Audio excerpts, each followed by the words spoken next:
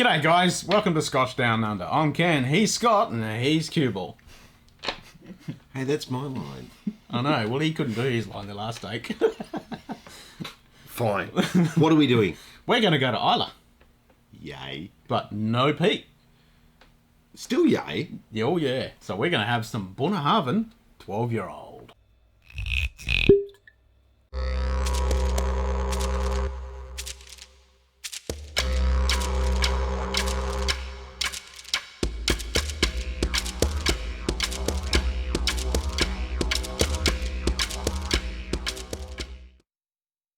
So Bunnahabhain is a very interesting name that a lot of people don't know how to pronounce. The anglicised word, which is Bunnahabhain, and in Scotch Gaelic it actually means mouth of the river, because they get their actual spring water from the river just up next to the distillery.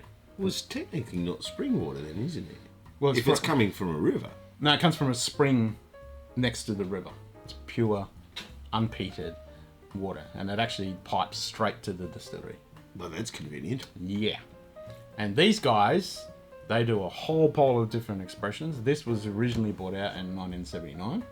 It's 46.3% ABV, and non-chill filtered, natural colour, and it's double matured in ex-bourbon and sherry casks. Oh, yeah. The core range is this 12-year-old, which originally came out in 79, and then you got the 18, the 25, and they just brought out a 40-year-old. Oh my. I want me some of that, but I don't want to pay for the price for it. Yeah, that was what I was thinking. Yeah. And then I've got, going along the same lines with the hard pronunciation, they've got a Struradeur, which actually means helmsman in Scotch Gaelic, and we're going to talk about that helmsman stuff in a minute. Right. And then they also do a Tok Ayagar, which I probably butchered the pronunciation of that one, which means smoky too. Now, they're the ones that are peated. Yeah. The one that I've had before is well, the simplified pronunciation of it would be Crouch Mona. Yeah. I mean, obviously, it's very simplified. But that was an exclusive release, though, wasn't it? Yeah, it was a travel-only release, I think. Yep. But that one actually translates to peat stack, and it was just brilliant. Nice.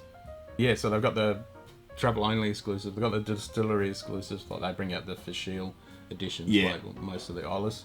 And they also do a whole pile of different wine finishes. So you got all different wines, ports, sherries. They do a whole bunch of different stuff.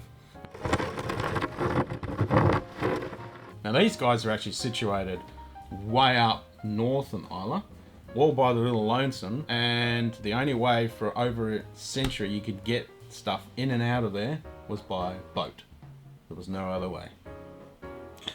That would be the tie-in for the Struradeur, i.e. the helmsman. Yes. Nice. Because all over their labelling, which we can talk about in a minute, has the helmsman all over it, which is pretty cool. So they even brought out a release that was called the helmsman. I think it was an anniversary one they brought out to coincide with that history. Fair enough.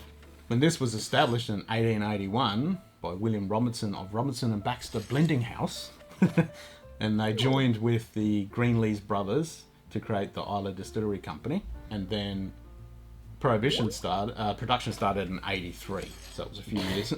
Prohibition. Founded in 81, Prohibition 83. Well, you're screwed, mate. Yeah, just a little bit. No, there was something that happened in Prohibition that did cause them to close down a little bit, like most distilleries. So when they first established, there wasn't even a place there for a town or anything like that. So they had a small little village, they had a pier, and yeah, the only way they could get supplies for the village, because the village was just all the workers that worked at the distillery, they had to use the boats from the mainland to get stuff in and out. So I'm guessing the location was maybe linked to the quality of water that was available on site, and it was probably easier just to build the distillery there rather than try and, for argument's sake, barrel the water and transport that. Yeah. Yep. Well, why not? Yeah, totally. And then in 87, 1887, sorry, yes. The Islay Distillery Company merged with William Grant & Co. to form the Highland Distilleries Company Limited.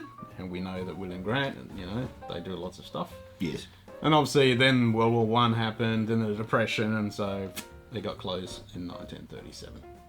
But they worked.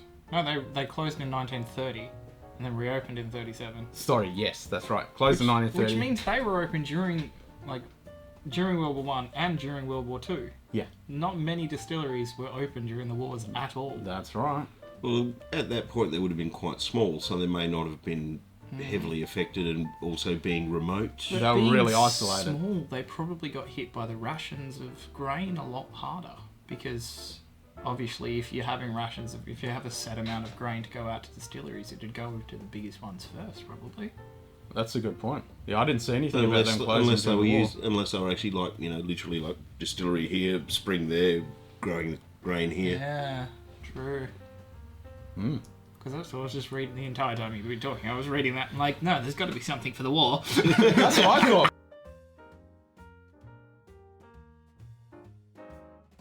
So yeah, for all those years, the only way you could get stuff in and out was by the puffer boats. And then in 1960, the biggest change happened. They put a real rough and ready road up to the distillery. But they still had to use the puffer boats because the road wasn't that good. And then in 63, they put a couple more stills in. And then in 82, it closed for a couple of years. And then the distillery was obviously sold and bought a couple of times under that. Now, Edgerton in 99 took it over from the Holland Distilleries, and they mothballed Bunnahabhain, but for a few weeks a year, they allowed them to do a little bit of production. And then in 2003, Edgerton sells the Bunna to the Burns Stewart Distillers, and then 10 years later, in 2013, Distill bought the Burns Street Stewards. Now, Distill is actually a multinational based in South Africa. Yeah. And they own Deanston and Tobermory, and they own a whole pile of different wines. Especially from South Africa. There's actually quite a significant bloody wine industry in South Africa, and they actually do some really, really nice expressions. These days, they don't use the puffer boats anymore. The last puffer boat was in 1993, and now it's all by road. Well, I'm assuming at some point they improved the road. Yes. No, we're going to stick with tradition. We're going to make sure the only way you can get to our distillery is by a pissy little boat or a rough as shit track. Yeah. With a horse and cart. A very hilly one at that, too. Now, what we talked about with the helmsman thing on the packaging, as soon as you take the top of the tube off, you've got a picture of the helmsman right there. I like the way it's not a real predominant one. You sort of got to get the angle of the light, otherwise you sort of lose it a bit. It's actually really nice. And it's on the tube as well, and it's embossed. Yeah. So it's got a nice little picture on there. But these are iconic little short stumpy bottles. And they've got the helmsman on the front there. It's pretty much a replica of the tube. But on top of the foil, they've got a nice cool little picture of Islay. And then on the actual stopper, there's a picture of Islay as well. Excellent. Which I really like.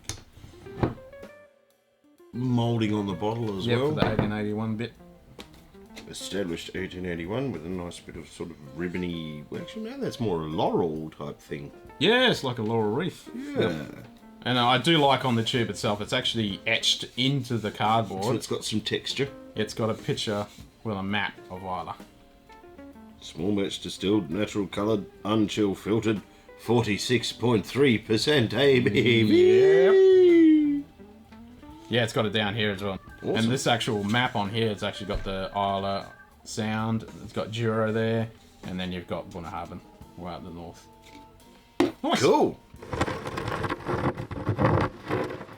Shall we have a sniff? Yep. Yes, please.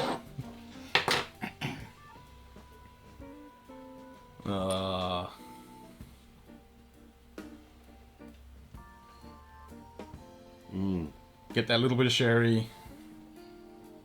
I like Bunnahabhain because it doesn't have...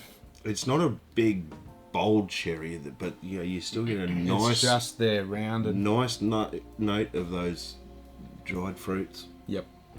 But it's wrapped in meat. It's got that real meaty kind of nose on it. And there's still there's a tiny, tiny little note of citrus there as well, I'm getting. all part of that typical sherry. Yeah, I'd say more of the rind. Mm. Not the oils, but the dry rind. Yeah, Yep. yeah. Because to me, when I think sherry notes, I always think of like, you know, fruitcake, plumwood type stuff. Yep.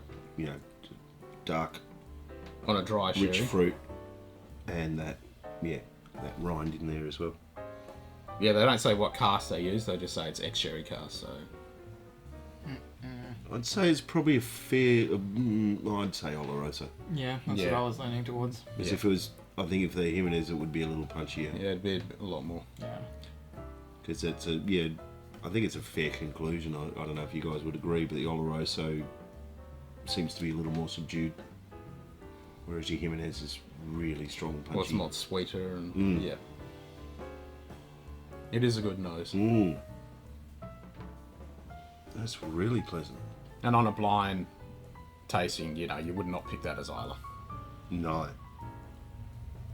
No, not at all. You'd say the same about that Kalila. I was thinking the same non-peated. thing. Yeah, You the know, you 18-year-old, wouldn't yeah. pick that as a blind. Yeah, you'd say both of these were Highlands. Yeah. Yeah, they're... Or maybe, yeah. I was kind of almost thinking Campbelltown. There's some Campbelltown noses I've smelled similar to this. I was almost getting a little bit of fresh bread, shortbread almost into it.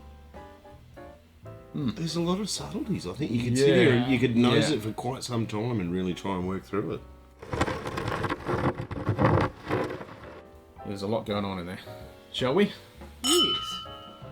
Ching ching.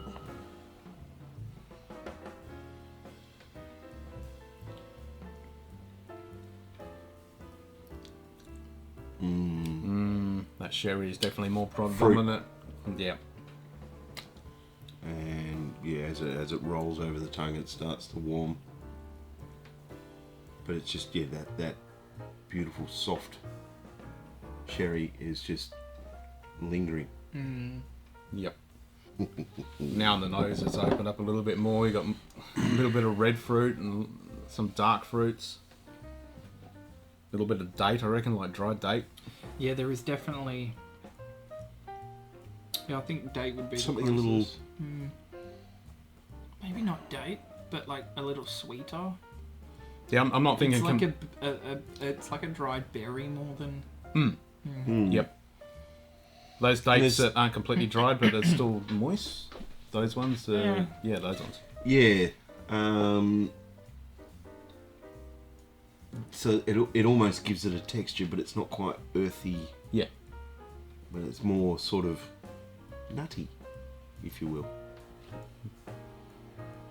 Well, that is one of the characteristics of Bunnahabhain, is that nutty. Maybe it's just trail mix in a glass. that's pretty much it. I like that. A little bit of measly, anyone? Yeah.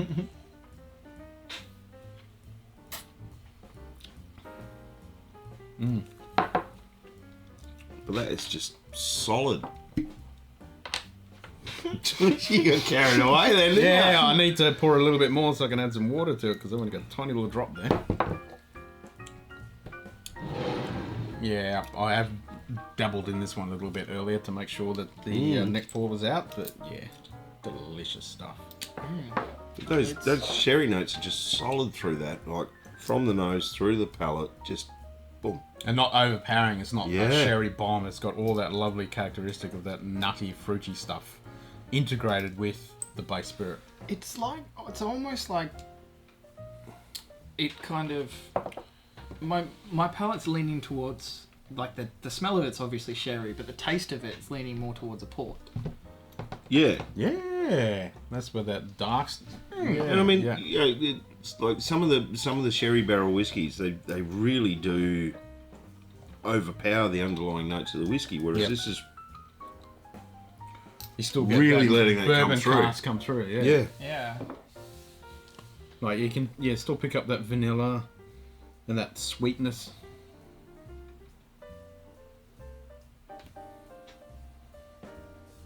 But it's more like a vanilla bean Yeah. Yeah, there's a lot of vanilla. rather Yeah. than a sweet vanilla, if you will.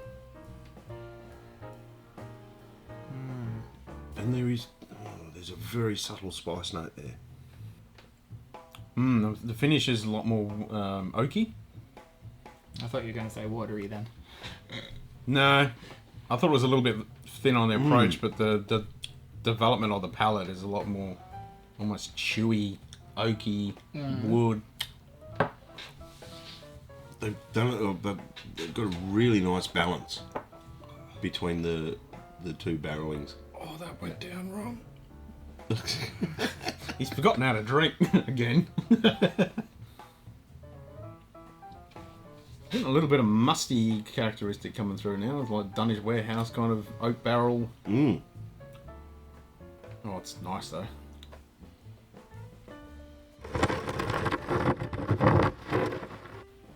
That is a solid dram. Yep.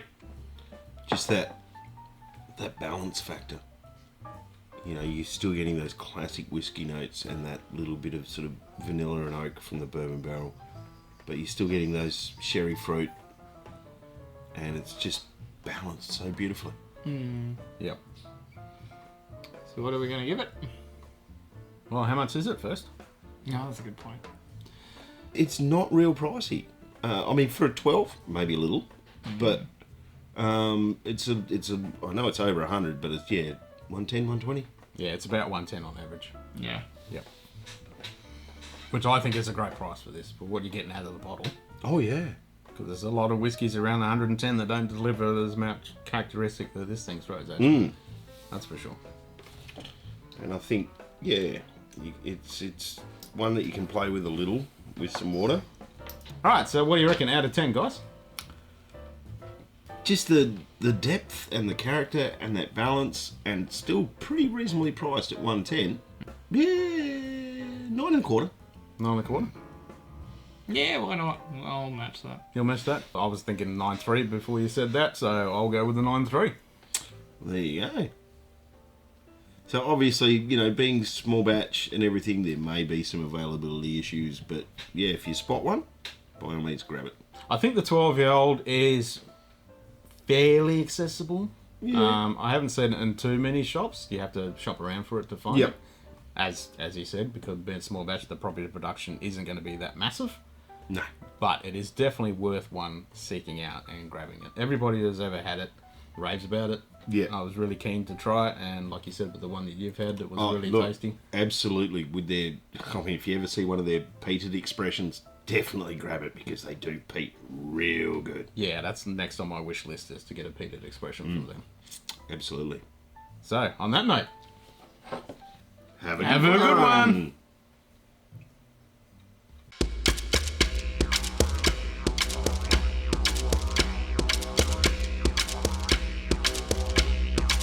G'day guys, welcome to Scotch Down Under. I'm Ken.